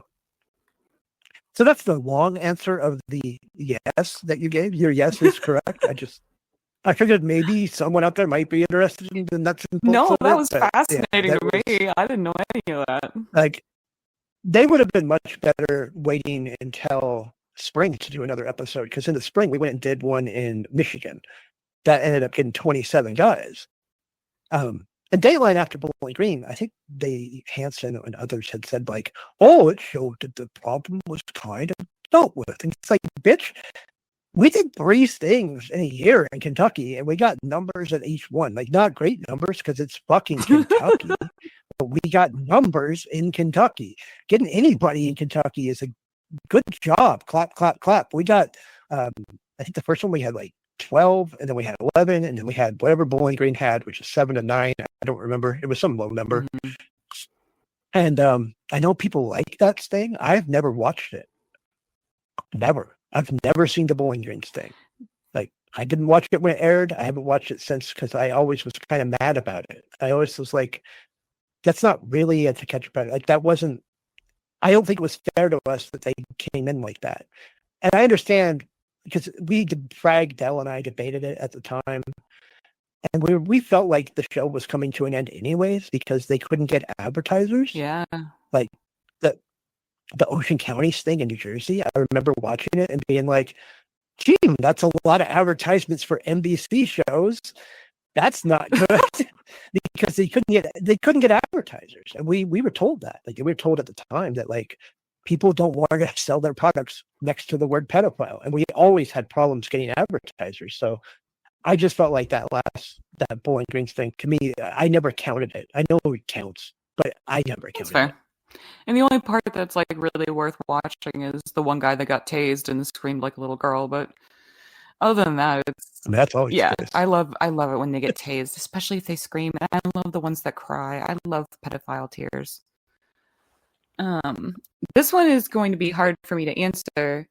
No, you can get this. You got this. What? Yeah, think about it for 5 seconds. You'll get it. Well, I'll read the question first. Who, in your Okay. opinion, is the most dangerous predator you personally chatted with? I don't know. I'm gonna make it easy for myself. Is it a chat that we've read together? No. Oh, fuck. Okay. No. But it's a chat you have read, and I gave you notes on. Oh, fuck. Do do do do Oh do my do god. do do do do do. Bop, bop, bop, bop, I bop, can't even bop, remember the ones bop, that bop. you've done now. It's cheating. It's Dave Cruz 2008. Oh yeah. I forgot you did him. I didn't get the arrest on him. I did a chat with him in Ohio, and then he got arrested in Florida, Yep. and then he had a real victim. And I think if you are that hardcore to, hit up on multiple things and then find a real kid, that's the most dangerous one I personally chatted with. It's not the most dangerous person I've chatted with at all, but it is the most dangerous predator I've chatted with in terms of their danger towards children. And it wouldn't even be top 20, I don't think, in terms of the site's history. So, like, No. my guys were weird a lot of the time, or in Wolin's case, very successful. Or I guess Donald Morrison kind of counts because he had a real victim too. True. Which is fucking weird to think about. Like, Yeah. so how? But That so guy? I did Morrison would be number 2 in terms of dangerous to kids. But also all of them were as well, because they all would have had the opportunity to. So Yeah. yeah. And for me, I talked to way more dangerous people who weren't internet predators than who were. Like the one person I thought I was convinced was going to shoot me wasn't an internet predator. He was just a guy who was like doing a terrorist campaign against us, basically. And I had to deal with him because it's a long story. I'm not going to get into it, but it was a long story, and it's been well covered, although not covered well in the media. But yeah, so the most dangerous I've talked to isn't an internet predator, but the most dangerous internet predator guy I talked to would be Dave Cruz 2003. I agree with that. I totally forgot that you did his Ohio chat. Yeah. Oh, you'd think I'd remember the content I make, but I don't. Okay.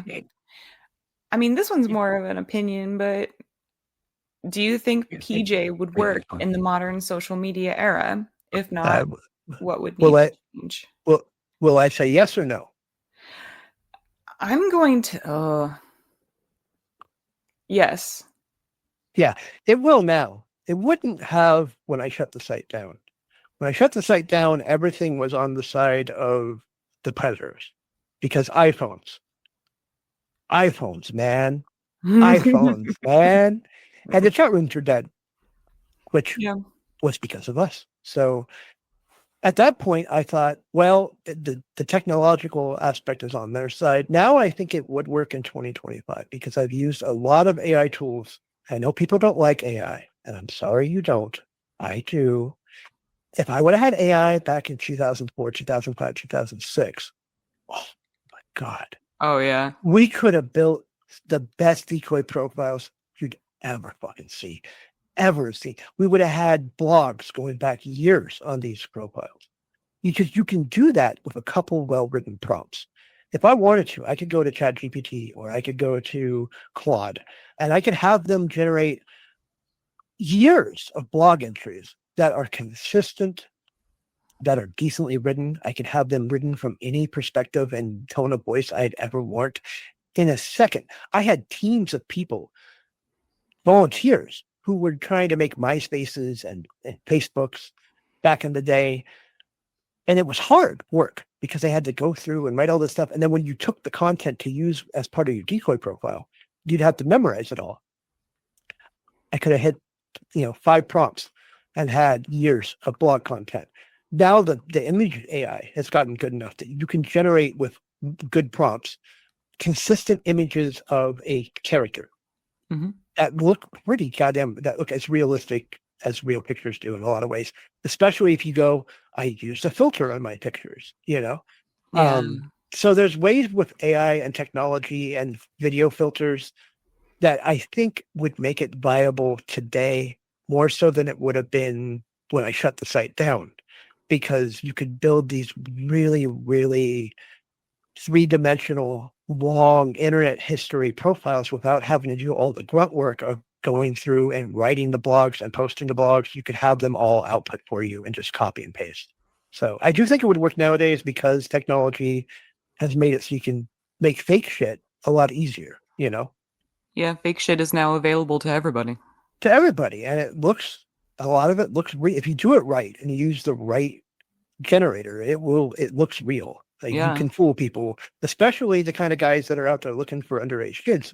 You can fool them now more so than you could in 2018. Yeah, I mean, I've seen cases where the decoy pictures are not even all of the same girl and it fools people. Like these men are Yeah. idiots. Well, and also people do change their hairstyles over time, as Yeah. long as the face is a close enough construction. And if you do a complicated prompt, you can make that face look exactly the same every time. It would be there's tools that would make it easier. There's obviously problems with like FaceTime and technology like that. And still the problem of iPhones where somebody says, hold up a piece of paper. That's harder to do because you got to do it quickly, but you can still do it with good prompting. Like if you were really educated on how to use like AI generators well, I think you Hmm. could do it quick enough to be reasonably convincing nowadays. Yeah. And I think that partially answers the next one, which is how could a sting net the most predators in the modern day? And I think with the use of AI to make convincing social media, I think that would probably be the easiest way to get the most dudes on board. So I actually have a different answer for that. Oh. It's because my brain just tries to think of things all the time, and it's not a brag. It's actually quite annoying. So, like a couple of months ago, I was thinking about like if I had to do this thing today, and I wanted to get 20 guys to show up, how would I do it? And I came up with an answer that I think would do it, and you would invert the process. So back in the day, you had chat rooms that had lots of people in them, and we would dump in a shotgun amount of decoy profiles into those chat rooms, right? Mm-hmm. So we would just throw tons of people into these rooms, and we would pull tons of people out. You can't do that now. We kill the chat rooms for the most part. Discord's the thing, but Discord's not the same as Yahoo and AOL chats were. It's not the same scale because the rooms are moderated, and there's fewer people in each room. They're not separated by location. Yeah. So I was thinking you invert the process. So one thing that's common today that wasn't common then is the shamelessness of parents who want to make their kids social media superstars, right? Oh. There's so many. That's like a thing that was not a thing in 2005, but in 2025, if you go on YouTube, there's families of motherfuckers putting their kids out there. There's streamers that have like their younger siblings in the background. There's families that are trying to push kids solo on YouTube and on Instagram and on all the different TikTok, and they're everywhere. It's ubiquitous. Child labor in the social media space, as so much as it sucks to say, it's fucking everywhere. Yeah. To me, that's the way to do it now. You take a fake profile of a kid and you just build it out. You build it out with some, quick TikTok type content, but you build it out with, the video blogs and that sort of thing.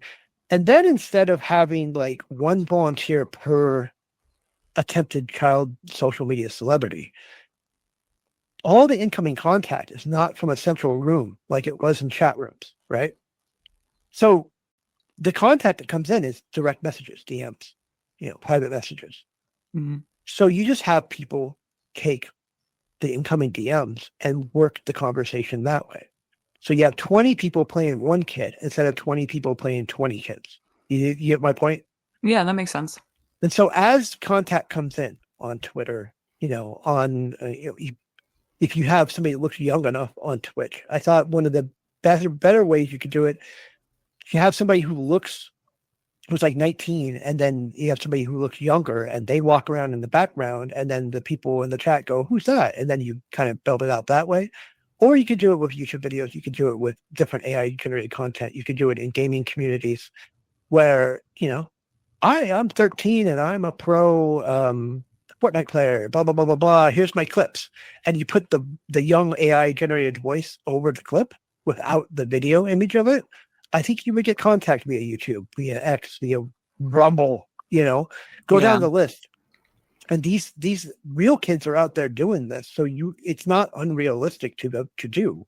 If you had a team of 10 to 20 that were handling those incoming conversations and building out those conversations one-on-one, where they just focus on one conversation and then another contact comes in and another person focuses on that one, they're all playing the same kid.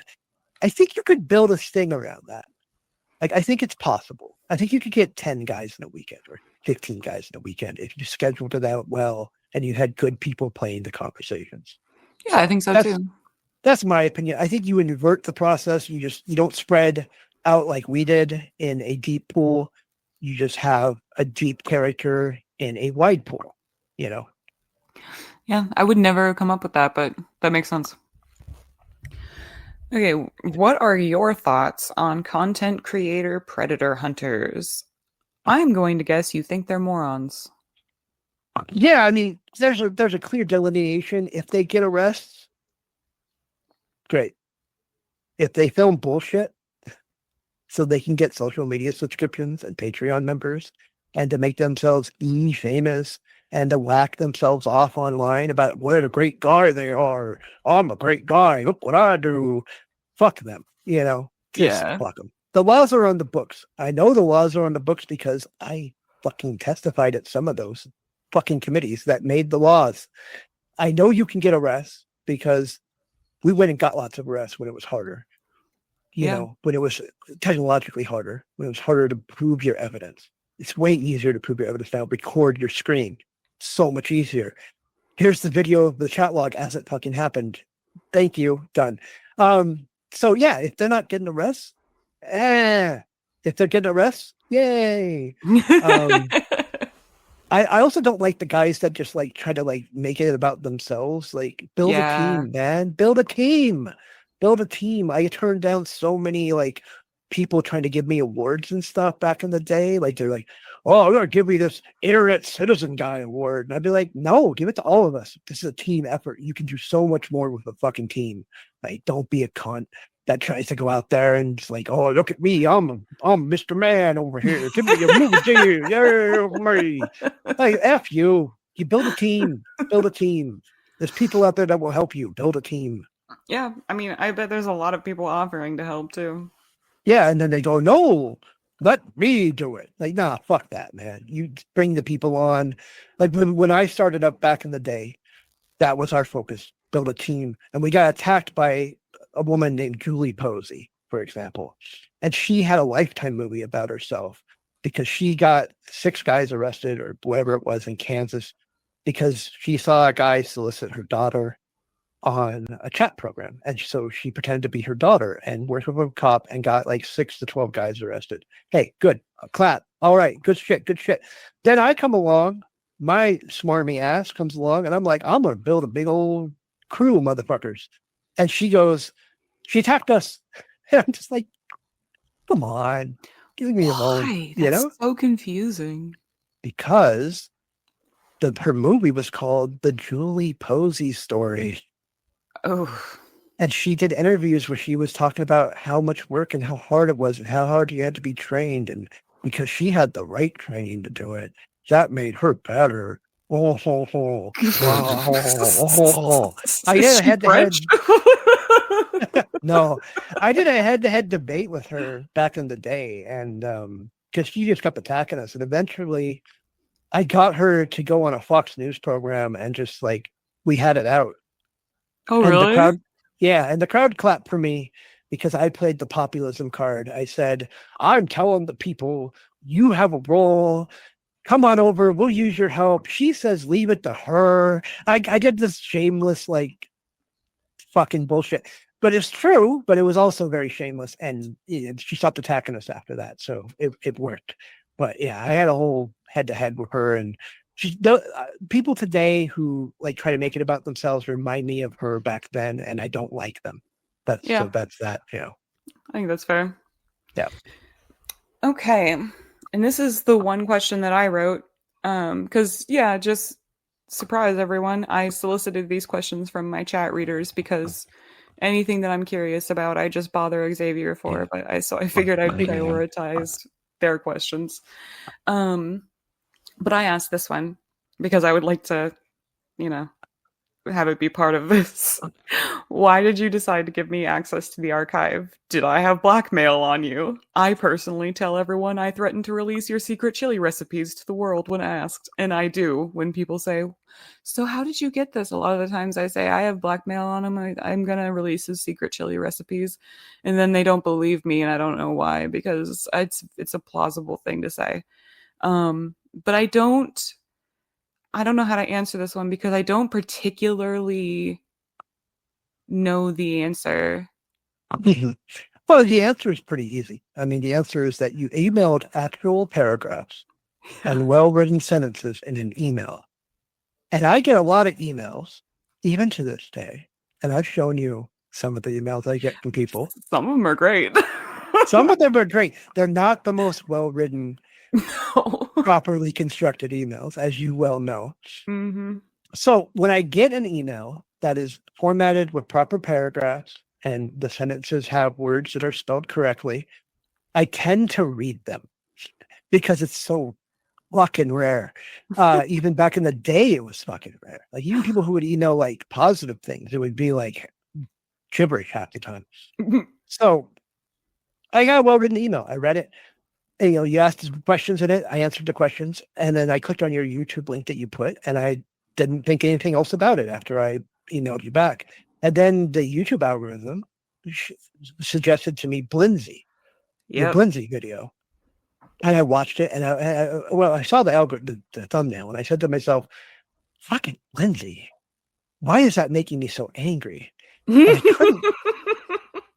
I knew I was angry seeing Blindsy, but I didn't remember quite exactly why, because I put a lot of the Peach stuff out of my mind at that point. And I was like, God, that makes me so mad. Why am I so mad about seeing the word Blindsy? So I clicked on your video because I don't click on a lot of to catch predator stuff. I have reasons, they're good reasons. I don't do it. Because a lot of it's wrong and a lot of it's garbo. So I watched the video and I remembered why I hated Blindsy so much. And then your video was good. And I learned something from it that I didn't know about black penises. And and I said, wow, this was actually an enjoyable thing to listen to and to watch. And I remember, I think I emailed you about it after I left. Yeah. I left a long comment. You emailed me, and I emailed you back. And I have it here what I said because I thought to myself, because I always bugged me. I had all this material in the data center, and every time I would run across like a To Catch a Predator community, they would just be dickheads or assholes, where they Hmm. would believe things that were like, what I would say to myself, why, how could you be so stupid to believe X, Y, and Z? That's not logical, you know? So I was like, oh, I have this material. I don't think it has any value. Maybe she'd want it. And I wrote to you, would more material help you with your videos? Because I think you had like 40 subscribers at the time. Oh yeah, I had like And I, 11. yeah, and I was like, I watched more of your videos, and I said to myself, "Oh, this kind of sucks that she doesn't have more subscribers. Maybe some of this garbage I have sitting around of people giving directions to internet predators, maybe it would help her out." So I said, "Would more material help you for videos?" What I mean is, we didn't upload all the pictures and that at the time for the vast majority of arrests. I'm not sure it'd be more useful to you since you just show the chat log back when you weren't so lazy and you actually showed the chat logs on your videos. Yeah. Yeah. And so I said, "Yeah, would you like this?" And you said yes. And I was like, okay, cool. Here it is. Here's a login. And then I didn't think you'd ever find any use out of it. And I'm not sure that it was all that useful, but It was. I'm glad that some of it's out there. And I mean, it's really cool now. I don't know. People probably don't know this. I get a lot of emails over the years. Less now, but I have gotten a lot of emails over the years from universities and people who are doing research projects on the kinds of words and phrases and conversations internet predators have. And I've always sent them stuff I have laying around. But the stuff I have laying around wasn't super organized because I'm a chaotic mess. Um, so Morty's Discord, she's got all this stuff organized. So now when people email saying, I have a project I'm working on, do you have any material I can use? I just send them to Morty. I just Yep. say, go to Morty's Discord and they'll help you and have a great day. And it's great for me. So it actually worked out very well for me giving you all that material because you've organized it in a way where they can come in and they can just download it and use it for whatever college project or research study they're doing, which is really cool. Yeah, I think we have like 10 to 15 researchers at this point. I've made them like packets of stuff like, all like just as many chat log text files as I could get into one Google Drive and stuff like that. And yeah, that's one of my favorite parts is when we get researchers because it feels like it matters in a way. Yeah, and I was getting contact from researchers from when I shut down the site to up until we started working on this together. Well, you started doing it. I just send them to you. I don't do anything.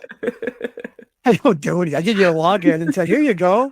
And also, could you do this? And you know what? When you asked me earlier about like people in volunteer positions back in the day, that's pretty much how I would do it. I'd be like, oh, you can do this? Oh, here you go. You know? Yeah. So, but yeah, I'm kind of just sending these people to you now, which is awesome. I wish you had been around doing this years ago because like years ago, I would get a couple requests a month. Now it's like maybe one a month, maybe one every 2 months, but it's still cool to be able to send them to a resource where all this stuff is laid out This is not a paid commercial for her Discord. I haven't been on it. I No. just know what she's told me. And the people who, one of the researchers contacted me back and said, hey, this was really great. Thanks for sending me along to this. So I feel like it's working. Um, so yeah, I like that. I think giving you the material was the best use of it. I probably would have given it to somebody years ago had anyone ever written anything halfway nice at all. But no one ever did. So there you go, you know? I Yeah. yeah, it was all down to my excellent paragraph construction. Yeah. I got good paragraphs and you're not calling me names. And I'm generally okay. I'm generally chill in those situations. So, Yeah. you know, it's just rare. Okay, we are finally at the very last question. Hey, And I would you ever get back into catching predators? I'm gonna say that you would say no. you are 100% correct. That is the knowest of knows that could ever be knowed that have ever knowed in the history of Knowville. There's so many no's to that question. And I know it probably sounds like a dickhead thing to say no to it, but it did not make me like people. I didn't like No. people going into it. I was already a misanthrope. Misanthropes aren't fun people. You know, even though I'm not like an emotional misanthrope, they're really bad because they end up doing bad things, you know. I'm Yeah, just like an no. intellectual one. I don't like human beings very much. I don't like very many of them. So being exposed to lots of them for a long time didn't do me any good. And that's very selfish to say. I feel bad saying it because I know 24-year-old me would be like, you fucking bastard. You know, he wouldn't like me very much. It's okay. I like him. You know, it's fine. But no one else liked him. And, you know, it's not just about being liked. It's like, I could go on and on about all the fucking bullshit. And people, I don't think people would believe half of it, but I could go on and fucking on about the bullshit. And you think to yourself, what bullshit should there have been? None. There shouldn't have been any fucking bullshit. But there was. And it's different now. I know people are much more anti pedophile now than they were 20 years ago. I had so many motherfuckers defend these guys. That it Yeah. was, woo. I mean, you've seen a couple of the news articles. I could send dozens more. I could show you articles that people wrote about me that are just horrible, like horrible. One, like, well, my least favorite, but also my favorite, was a Rolling Stone article where they made up all these lies about a guy who was committing a terrorist campaign against us. And I say that literally. He was literally committing a terrorist campaign against us. He was calling up volunteers who weren't even like hardcore volunteers and threatening to bash them in the face with hammers on the phone. Jesus. He would dox people and try to like contact their jobs and say that they were trying to kill people online. He posed this Dell and went into chat rooms under her birth name Oh my with God. with the wrong address. So he had a different person who had her birth name's address, pretending to be her and trying to get people to go over and R her. I can't say that word on YouTube, right? So, you Yeah. know, yeah, saying that she had an R fetish. And it wasn't her. So we had to, because we were keeping tabs on this individual with a fake profile that was acting as his assistant. We had to contact this random woman who just had the same birth name that Dell was born with. And we had to tell her not to answer the door. That's not fun. No, that's very That's scary. that's very scary. Imagine how, as an organization, we had to make that call. So we found a way because the FBI didn't have a law on the books. They said they interviewed him, they told him to knock it off, and he didn't knock it off. He was friends with the local sheriff. We did not have a law enforcement way to get to him. And I had to end up making the call because of a whole load of circumstances where he fell in love with the person we had who was monitoring him, which wasn't me, even though people wrote that it was. I was too busy. Mhm. We had to make the call to destroy this guy, like to expose him to his wife that he was trying to carry on an affair and, you know, expose what he did online. And the guy ended up then writing a botnet to attack the website from Germany. So we had to block all of Europe and Eastern Europe to try to Jesus take down the Christ. website. He ended up getting charged federally because he tried to take down this Rolling Stone article that was written about the situation that was more attacking me than him, but he was still upset about it. And, he got charged in federal court, and the federal court, the federal prosecutors, they didn't talk to us about it. They just went with what the media had said about it. So it's like codified in this federal case against him that like we were friends. We were never friends. Um, I didn't know the guy. Like he was a random wackadoo who rolled up one day and thought we were using a picture of his son to troll, and we weren't. We absolutely 100% were not. He was beyond crazy, but he was also very brilliant, very dangerous. And he contacted hundreds of volunteers, people who weren't even really volunteers, who just signed up for the forums, and he would leave crazy voice messages and threaten to kill them. Oh And my God. every day, I'm having volunteers come to me and say, "I got this phone call. I'm really scared," and I'd have to explain to them what was going on and work with them on it. And that's one guy. That's one. I had so many more of these guys. He was just the worst one. He's the guy I thought was going to shoot me. He ended up shooting himself. Oh my Um, God. yeah. So for that reason, and then the Rolling Stone article that kind of kicked this off, the reporter lied and said that we were friends and that he had just criticized us, even though I had told her and showed her everything. I showed her everything. I What the showed him fuck? trying to get Dell raped. I showed him. Um, I had tons of his instant message conversations that people would send me where he would threaten them physically. I had conversations where he threatened to kill me multiple times. I had conversations with him after we exposed him, and he revealed who he was working with and why, because he didn't want me to post his dick pictures online, and I didn't. That he had sent to the volunteer who was his assistant. And I said, "Yeah, if you go away, we won't post these." I had to commit a crime to get rid of a terrorist. And then the media made it seem like I attacked a guy randomly who was my friend who just said bad things about us. And so, no, I would never want to get back into doing this work ever in a million years. And I'm old. And, that's people, there's so many more stories of people behind the scenes who are volunteering, and then they'd end up hating each other, and you got to go in and you got to like be King Solomon and cut it right down the middle over and over again. And not for me. I'm too old. I'm too much. I don't like people enough. So it might sound dickheaded, but my answer is like 1,000 times no. I would never, ever, ever even think about it. Ever. So no. I mean, I Yeah. think that makes sense after all the bullshit that you had to go through for so long. Like, I mean, I don't want to whine about it. I don't want to sound, because there were so many great things about it too. Like, I don't want to sound like the whiniest man alive. Like, but it's 20 years later, and if you Google yourself, you're going to see things that just couldn't be true. Yeah. Like things that are diametrically opposed. You can't be a moron and be a criminal mastermind. You can't be in it for the money and also a zealot. You can't be an asshole who doesn't like children. Oh, but a secret pedophile at the same time.